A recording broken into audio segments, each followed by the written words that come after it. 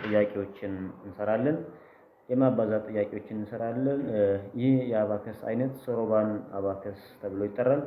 እንደሚታወቀው ያው ብዙ አይነት የአባከስ አይነቶች ስላሉ ነው። ዛሬ የምንሰራበት የአባከስ አይነት ሶሮባን አባከስ ተብሎ ይጠራል። የጃፓኖች የአባከስ ውጤት ነው። ጃፓኖች ለዓለም ያስተዋወቁት አባከስ ይሄ ነው።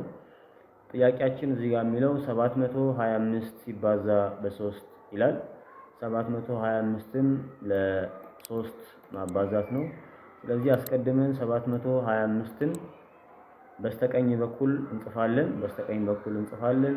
አብዣችን 3ን ደግሞ በስተግራ በኩል በዚህ በኩል መጥቼ እጽፋለሁ። ይህ ምን ማለት ነው? 725ን 3 ጊዜ መጻፍ ማለት ነው። 3 ጊዜ መጻፍ ማለት ነው። ስለዚህ ምን እናደርጋለን ተማሪዎች ወይም ውድ ተከታዮች? አንዴ ስቀንስ እዚህ ጋር አንድ ጊዜ ስቀንስ 725 እዚሁ ስላለን ምንም አልጨምርም። ለሁለተኛ ጊዜ አንድ ስቀንስ ደግሞ 725ን ለሁለተኛ ጊዜ እጽፋለሁ ማለት ነው። ስለዚህ እዚህ ጋር 7 መጻፍ አልችልም። የ7 10 አሟይ 3 ነው። የ3 5 አሟይ 2 ነው። ስለዚህ 5ን ቀንሼ 2 እዚህ ጨምራለሁ። ከዛ 10 20 እዚህ ጋር ጨምራለሁ። 5 እዚህ ጋር የ5 10 አሟይ ራሱ 5 ነው። ስለዚህ 5ን ቀንሼ 10 ጨምራለሁ። ይሄንን አውርጄ 5 ሞላዋለሁ ማለት ነው።